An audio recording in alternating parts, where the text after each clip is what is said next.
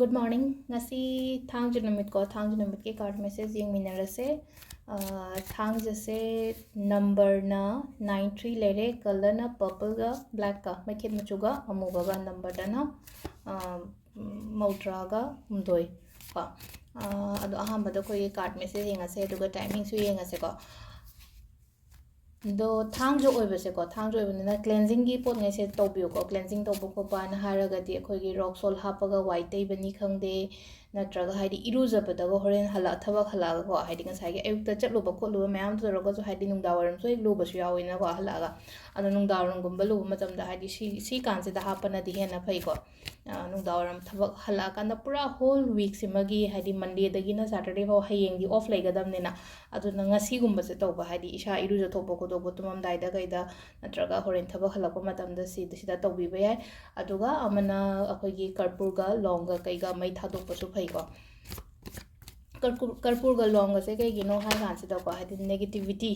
remove the way aduga plus blockages kumba lay base paisa nung shagi blockages khatangi wa nate akhoi gi thabak ta ga sum block lay pani khangde aduga kaino ma sum ngai raga lay matam da hadi blockages tum obstacles kumba lay base remove to hon ba yera pan kumba lay base aduna ne ko ina sigi longa karpurga mai thadok piyo on hai se ado khoi first ta ko ye card ki message yenga se aduga timing su yenga se ngasi gi oina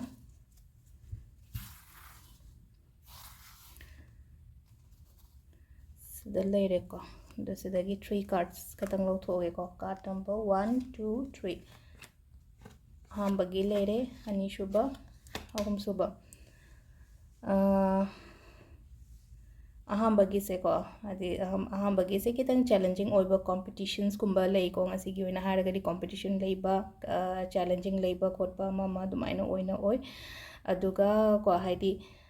isha ithanda blame so tawgano haidi aina si tawromdraga so phagadabne kaina adugi wakhan gumba do thadokpiyo ko aina hotnariba thabak aina tawriba thabak to aduda focus tawbiyo ani shubasena amuko sudden change haiba mala ko sudden change kind of haidi kitang ngasi gi oina haraga di be alert section biyo ngasi gi oina ko number 2 gi card se aduga number 3 sina ko number 3 sina amu sida pangan thongna leiba mayam darkar roi ko yana hanadagi तम्मे ma'am तमहौरे life की experience है पास experience है ma'am तमग लाबने हजिक्ति अगोंद कहीं ma'am लेरेब experience लेरेब अफब फतब सुगुब ma'am से फजन handle तब हैरनीको सिगी पोटसीमदी है करेज स्ट्रेंथ विल पावर लेबियो सिदा अदो अखोगी टाइमिंग से अयुक की पुंग 8 का मिनट 3 दगिना 9 का मिनट 9 फाउम लेरे तगी 13 का मिनट 3 दगिना पुंग 3 का मिनट 4 फाउम लेरे दुगा नुंदावरम गिना 4 का मिनट 5 दगिना 3 का मिनट 4 फाउम लेरे तगी 8 का नुंदांगिना 8 का मिनट 4 दगिना पुंग 12 का मिनट 4 फाउम लेरे दुगा नोंगालमदागिना 4 का मिनट 3 दगिना पुंग 5 का मिनट